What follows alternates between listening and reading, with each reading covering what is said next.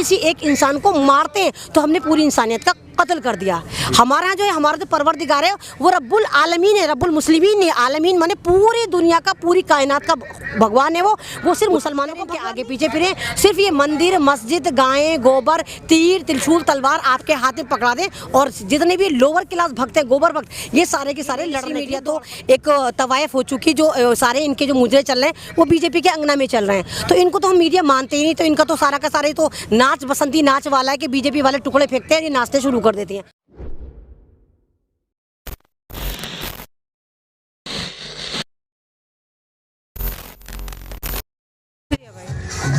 Ma'am, ऐसा लग रहा है कि किसानों को एक तरह से सरकार जो है इग्नोर कर रही है, क्योंकि किसान यहाँ पर हैं ठीक है, लेकिन बंगाल में तो और जहाँ 5 राज्यों में, बाकी 4 राज्यों में जो चुनाव है वहाँ पर सरकार पूरी तरह से अपना प्रचार कर रही है, यानी इग्नोर किया जा रहा है पूरी तरह से किसान को। वो जाहिर सी बात है कि किसानों से जब ये डर गई, जब तो इग्नोर कर रही है, ये दिखाना चाहती है कि हमारे पे कोई फर्क नहीं पड़ता। वैसे कोरोना का ड्रामा कर रहे हैं, 5 राज्यों में प्रचार कर रहे हैं और प्रचार का जो इनका एजेंडा है वही एजेंडा है मंदिर मस्जिद। आप देखिए कि बंगाल में गए हैं, बंगाल में इतनी बड़ी बड़ी बीजेपी के नेता कह रहे हैं कि हम ऐसा बटन दबाएंगे कि ममता जी 2 फुट ऊपर उछल जाएंगी। और वहाँ से, हाँ, नितिन गडकरी साहब बोल रहे हैं। और यहाँ भी तक बोला जा रहा है कि भाई अगर हम यहाँ पर आ जाते हैं तो हम गाय को बैन कर देंगे।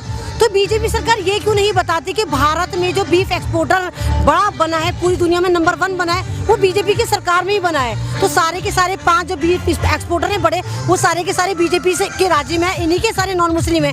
तो ये जो ड्रामेबाजी कर रही है और किसानों को नजरअंदाज कर रही है, लेकिन दुनिया को तो पता है कि यहाँ पर मूवमेंट चल रहा है। कल आप देखिए कि हमने 1.25 दिन सेलिब्रेट करा कि 100 दिन हो गए थे, लेकिन हुकूमत के कान पे कोई जू नहीं रहेंगी। तो सरकार अगर डिक्टेटर बन रही है, हिटलर बन रही है, तो ये वो किसान है जो भारत को अन्न खिलाते हैं। भारत को ही नहीं, इंटरनेशनल अन्न भी हमारे यहाँ से जाता है ना। तो ज़्यादा चीप पटाख करेगी सरकार। ये बहुत डरी हुई सरकार है, इसीलिए दिखा रही है कि हमें कोई फ़र्क नहीं पड़ता। फ़र्क पड़ रहा है जब भी वो नहीं दिखा रही, क्योंकि इनको पता है कि इनकी सत्ता उखड़ने वाली है और ये अंदर से कमज़ोर हो चुके हैं। आप देखिए कि दिल्ली में देखिए कि विधानसभा का छोटा सा इलेक्शन था, वो म्यूनिसिपलिटी का, उसमें 5 बीजेपी की सीट थी, 5 उनके हाथ से चली गई, आप पार्टी के पास आ गई। तो फ़र्क पड़ रहा है कि सफाई शुरू हो गई निचले लेवल पर। आप देखिए 21-22 में इलेक्शन वहाँ भी जाएंगे, 24 में इलेक्शन वहाँ भी जाएंगे। यही वजह है कि जल्दी से जितना लूट सकती है सरकार, कमल जितना लूट सकता है, जल्दी जल्दी अपनी तिजोरियां भर रहा है, क्योंकि इनको पता है कि हमारा भारत से जाने का वक्त आ चुका। इस वक्त जो कमल की जो चिता है वो जलने को तैयार है। मैम, ऐसा क्यों लग रहा है कि जैसे राजनीतिकरण सा हो रहा है इसका, क्योंकि किसानों में बहुत सारे यहाँ पर बैठ लेते हुए कहते हैं कि हम वहाँ जाएंगे, बंगाल जाएंगे, बंगाल में जाके सरकार को हराएंगे। तो राजनीतिकरण की ऐसा शुरुआत नहीं हो रही है कि यहाँ से? नहीं, तो हराएंगे क्या मतलब एक राजनीति और जिंदगी आप अलग नहीं रख सकते। अगर मैं इंसान हूँ तो राजनीति मेरे अंदर होगी। जब मैं राजनेता बनूंगी, राजनीति मेरे अंदर होगी, जब भी मैं इंसान हूँ। नहीं तो मैं जानवर हूँ।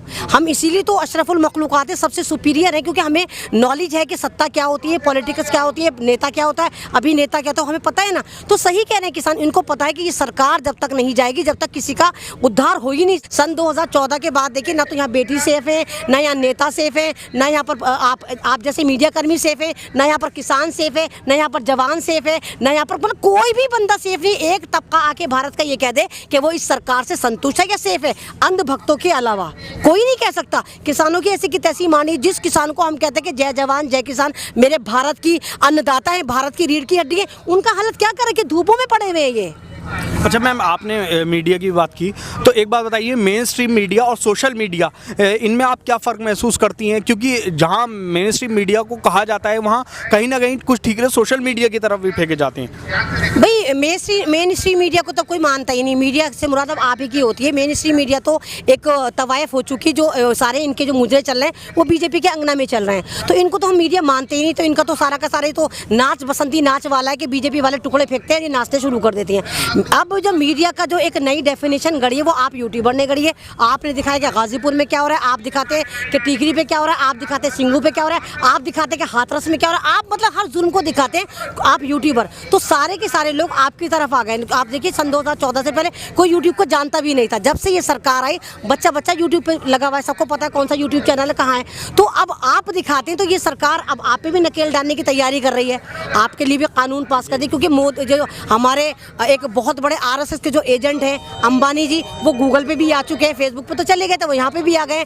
तो ये हर तरह से आवाज़ दबाने की कोशिश करें, क्योंकि ये चाहते हैं कि एक तरह के बिल्कुल जालिम बादशाह बन के रहे, हिटलर की तरह, जो ये कहें वो हो, लोग इनकी गुलामी करें, इनके आगे पीछे फिरें, सिर्फ ये मंदिर मस्जिद गायें गोबर तीर त्रिशूल तलवार आपके हाथ में पकड़ा दें, और जितने भी लोअर क्लास भक्त हैं, गोबर भक्त, ये सारे के सारे लड़ने के लिए दौड़ पड़े कि भाई हिंदू खतरे में, भाई मंदिर खतरे में, भाई गायें खतरे में। तो अब पब्लिक, बहुत सारी पब्लिक समझ चुकी है भारत की कि ना हमें तीर चाहिए, ना हमें त्रिशूल चाहिए, ना हमें मंदिर चाहिए, ना हमें गायें चाहिए, हमें अपना भारत चाहिए, यहाँ का संविधान चाहिए, हमें आज़ादी चाहिए, हमें हमारी ज़मीनें चाहिए, जिसको ये काले कानून के थ्रू ख़त्म करना चाहते हैं। बाद में मैं हिंदू हूँ मुसलमान हूँ, वो मेरी आस्था का मामला है ना। और दूसरी बात ये कि ये मतलब कोई भी मज़हब, आप चाहे हिंदू मज़हब को उठाइए, वो भी नहीं कहता कि आप जाकर इंसानियत का कत्ल करिए, ना मुसलमान उठाइए ना मुसलमान का कहता है, क्योंकि हमारे मज़हब में भी ये होता है, अगर हम किसी एक इंसान को मारते हैं तो हमने पूरी इंसानियत का कत्ल कर दिया। हमारे यहाँ जो है, हमारा जो परवरदिगार है वो रब्बुल आलमीन है, रब्बुल मुस्लिमीन है। आलमीन माने पूरी दुनिया का, पूरी कायनात का भगवान है वो सिर्फ मुसलमानों का भगवान नहीं है। तो हमारे मज़हब में भी ऐसा कुछ नहीं है जो ये फालतू दिखाते कि देखो मुसलमान कट्टर होते हैं, ये कहते हैं काफिरों को मारो, ऐसा कुछ नहीं है। तो इस वक्त जो इन्होंने एक एजेंडा चला रखा है, वो सारे के सारे, सबको जो अच्छे भारतीय हैं या अच्छे नागरिक हैं, सबको पता है कि उनका मज़हब क्या सीख देता है। सिर्फ ये जितने गोबर भक्त हैं, जितने जाफरानी गुंडे हैं, यही अफवाहें फैलाते हैं, ये दिमाग ख़राब करते हैं। लेकिन पब्लिक भी समझ चुकी है 2-3 साल में कि ये हमें सिर्फ भड़का रहे हैं, हमें तोड़ रहे हैं, हमें पिटवा रहे हैं। तो सब अवेयर हो चुके, सब किसानों के साथ हैं। अच्छा, एक न्यूज़ चैनल पर मैंने देखा था, मेन स्ट्रीम मीडिया का चैनल था, उस पर राकेश डैश डकैत या टिकैत, तो आप किस तरह से देखते हैं टिकैत साहब को इस तरह से मतलब टारगेट किया जा रहा है? नहीं, एक बात देखिए, जब इंसान जो नकटे होते हैं, जिनकी नाक नहीं होती, वो नाक वालों को हंसते हैं। अब आप शीशे में देखेंगे, अगर आप एक तवाइफ हैं तो आपको सारी दुनिया तवाइफ लगेगी, एक आवारा आदमी उसको आवारा लगेगा। मतलब हमें शीशे में अपना ही रूप नजर आता है। तो जो डकैत हैं उनको सारी दुनिया डकैत ही नजर आएगी। डकैत साहब की पैर की धूल के बराबर भी हैं ये लोग, सारे डकैत हैं। पेट्रोल ये तुमने भेज दिया, मेट्रो तुमने भेज दी, रेलवे तुमने भेज दिया, बैंक तुमने भेज दिया, एजुकेशन तुमने भेज दिया। तुमसे बड़ा डकैत कौन है भारत में? तुम सबसे बड़े डकैत हो। और टकैत साहब वो हैं जिनकी एक आवाज़ पर लाखों नहीं करोड़ों किसान एक साथ जमा हो जाता है। तो अब ये टकैत साहब से भी डरे हुए हैं। इनको लग रहा था कि हम यहाँ पर उल्टी सीधी हरकतें करेंगे, लोगों को मारेंगे पीटेंगे, ये लोग चले जाएंगे। ऐसा नहीं होगा। टकैत साहब आज से तो नहीं है, टकैत साहब के फादर भी किसानों के बहुत बड़े ब्रांड थे। तो टकैत साहब को कुछ भी कहने से कुछ भी कह लो, कुछ नहीं होता, क्योंकि चांद पे अगर आप थूकेंगे, थूक आपके मुंह पे ही आता है। तो इन्हीं के मुंह पे थूक जा रहा है वो। टकैत साहब को बदनाम करने से कुछ नहीं होगा। वो शेर हैं, वो किसानों के एक बहुत बड़े लीडर हैं। और मैंने तो बहुत बार कहा कि टकैत साहब अब भी मौका है, अपनी पार्टी बना लीजिए, सारा किसान आपको वोट देगा, सब्सिट्यूट मिलेगा। हमें प्रधानमंत्री टकैत साहब जैसा चाहिए।